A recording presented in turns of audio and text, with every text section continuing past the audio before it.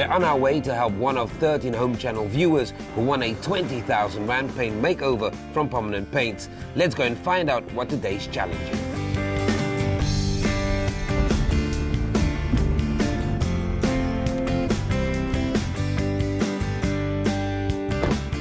Hi and welcome to Make It Better with Prominent Paints. My name is Sam Marshall.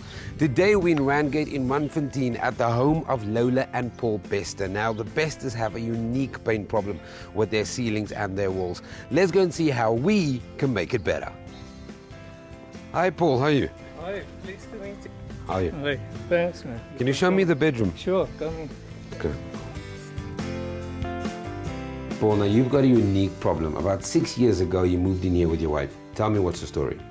When we bought the house, we really loved it because it's an old type of house with the old printed ceilings that looked very nice at the time. Since we did the rock facing on the outside, it became a problem, as you can see. And as you can feel as well. Now the blackness on the ceiling is active fungal spores, and they need humid, dark and warm conditions to grow. This is a similar problem that bathrooms face that have poor ventilation. Right. And I think the source of your problem is the fact that the ventilation vents in the exterior walls between the floor and the soil is blocked up. Couple that with the fact that the air vents at kind of ceiling level has also been blocked up, basically traps the air. And what that means, the moisture is not escaping. So the condensation on the ceiling is the perfect environment for this fungus to grow. So Paul, what we're going to have to do, we're going to have to remove not only the carpet, but a section of the wooden floor to inspect to see where the ventilation is blocked. But also we need to inspect to see how we're going to repair the rotten floor. The ceiling, together with the walls, will then be treated with fungal wash to kill and remove the fungal spores for good. All priming requirements will have to be attended to before both the wall and the ceiling is painted with a Prominent Microbarr, which is a silver iron technology. And basically what it does is it actively inhibits the bacteria from growing, and we will get rid of the fungal spore for good. Does that sound like a great plan? It's great, yeah. Awesome. So what we're going to need for this project is the following. A screwdriver to remove the light and plug switch covers, canvas drop sheets, a selection of wood and carpenter tools to deal with the floor problems, paint scrapers, 3 liters of fungal wash and empty buckets to mix it in, protective gloves and eye protection, a few large sponges, heavy-duty abrasive pads and nylon scrubbing brushes, mutton cloth, an A-frame ladder, a roll of P80 sandpaper, damp cure, mineral turpentine, Microbarr aqua sheen, a 50mm and a 75mm paintbrush, 1 medium and 1 long pile roller, a paint tray with some plastic bags, and a roll of 36mm masking tape. The first thing we have to do is remove all the furniture out of the room so we can have access to all areas of the ceiling.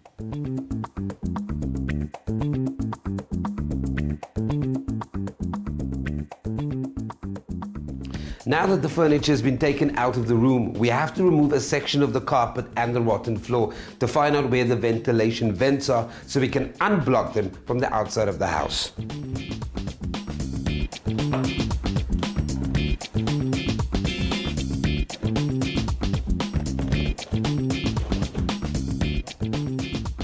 As you can see, we lifted up the carpets, we found the air vents, but we're going to have to fix this from the outside. So let's rather move on to the ceiling.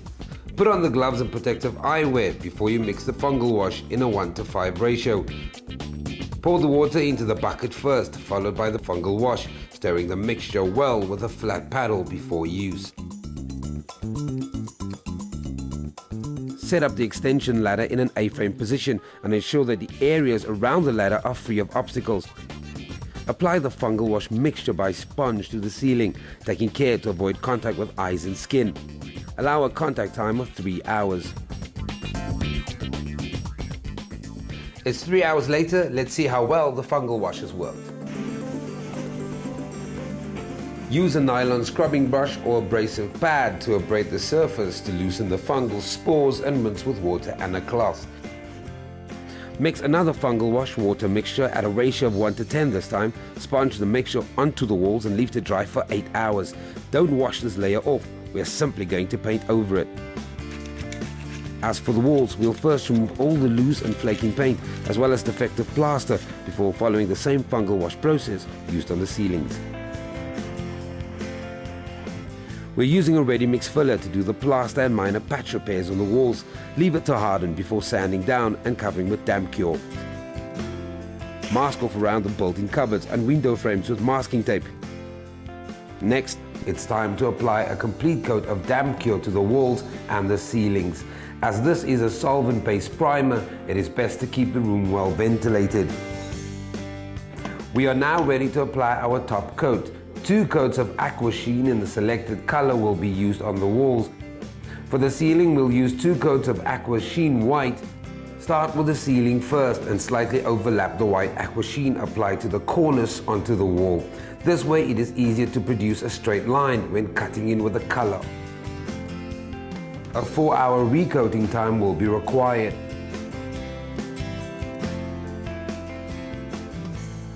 To make sure the room is well ventilated so the mold doesn't reappear, we're going to remove the carpet. Take out the old rotting wood, clear out all the vents to help with the airflow, and put in a brand new wooden floor.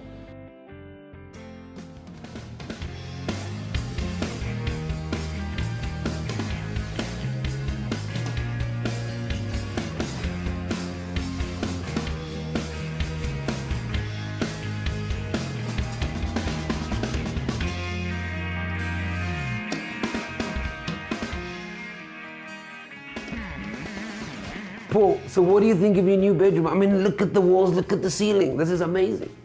It's amazing. I can't believe what you guys have done in 7 days. It's unbelievable. And I mean, look at the wooden floors. That's impressive, right? It's amazing, fantastic. That's all I can say. Can I ask you, did you ever think we were going to sort out your fungal problem? Not at all. No way, sir. I've been battling it for many years, so I'm amazed. Now, I know you and your wife couldn't use the room. I'm sure you're going to enjoy it now. Yeah, we can sleep in peace now. The cause of all paint problems should be established and corrected first before repainting. Otherwise, you'll be back in no time doing it again. Always read all the instructions when you purchase a product.